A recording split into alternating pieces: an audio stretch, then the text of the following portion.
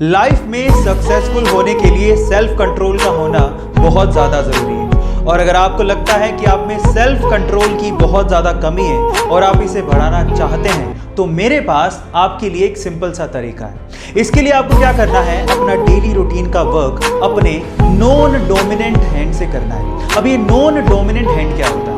मान लीजिए कि आप अपना सारा काम अपने राइट हैंड से करते हैं, तो इसका मतलब आपका राइट हैंड आपके लिए डोमिनेंट हैंड हो गया। तो इसका मतलब आपका लेफ्ट हैंड आपके लिए नॉन डोमिनेंट हैंड हो गया। अब स्टडीज ये कहती हैं कि जो व्यक्ति अपना ज्यादातर काम अपने नॉन डोमिनेंट हैंड से भी ट्राई करता है, उसका सेल्फ कंट्रोल अपने आप बढ़ने लगता है। गाइस, ये फैक्ट जान के आपको कैसा लगा? Chat section. एक बंदा पुलिस स्टेशन में अपने बेल पेपर पे साइन करने के बाद भागते हुए एक ब्रोकरेज फर्म में पहुंचा, जहां पर आधे घंटे बाद उसका इंटरव्यू था। पुलिस उसे इसलिए पकड़ के लेकर गई थी क्योंकि वो पार्किंग टिकट्स के पैसे नहीं दे पाया था।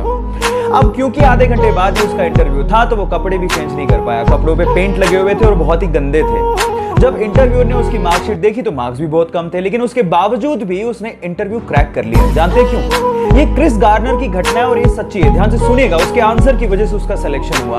उसने कहा कि सर, मैं इस तरह का पर्सन हूं कि अगर मैं किसी चीज का आंसर नहीं जानता होऊंगा तो मैं आपसे कहूंगा कि मैं नहीं जानता हूं, लेकिन मैं ये जरूर जानता हूं कि उसका आंसर ढूंढना कैसे। गाइस, लाइफ में बहुत सारे ऐसी चीजें जो आप नहीं जानते, लेकिन अगर आप ये जानते हो कि उसका जवाब कैसे ढूंढना है, तो आप जिंदगी में कभी पीछे नहीं रहोगे। गाइस, आपने लोगों को कंपनी के शेयर खरीदते या फिर बेचते तो देखा होगा, यहां तक तो ठीक था। लेकिन सन 2008 में माइक मैरिल नामक एक बंदे ने खुदी को 1 लाख शेयर्स में डिवाइड किया और फिर उसे लोगों को $1 में बेचना शुरू कर दिया। मतलब यह है कि उसने खुदी को बेच डाला।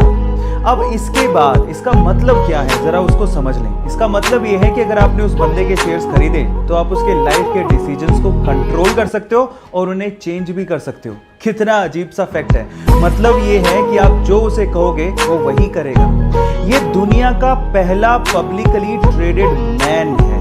ये इंटरेस्टिंग फैक्ट जान के आपको कैसा लगा? चैट सेक्शन में लिखना मत भूलिएगा।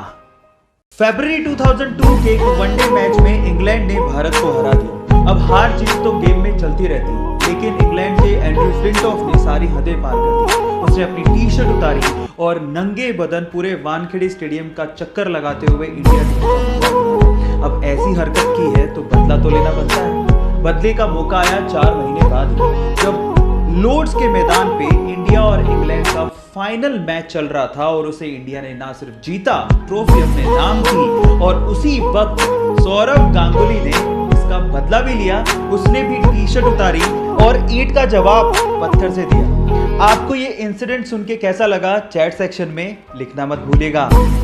दुबई दुनिया के सबसे अमीर देशों में इसका नाम आता है। यहाँ के लोगों के पास पैसा भी बहुत है। मैं मानता हूँ कि आप पैसों से बहुत कुछ खरीद सकते हैं, लेकिन अच्छी सेहत शायद नहीं।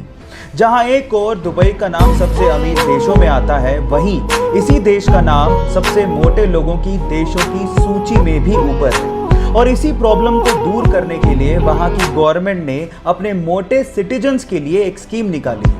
इस स्कीम के मुताबिक अगर कोई मोटा सिटीजन अपना 1 किलोग्राम वजन कम करता है तो गवर्नमेंट की तरफ से उसे 2 ग्राम सोना दिया जाता है। इससे अच्छा मोटिवेशन और क्या हो सकता है? आपको ये इंटरेस्टिंग फैक्ट जान के कैसा लगा? चैट सेक्शन में लिखना मत भूलिएगा।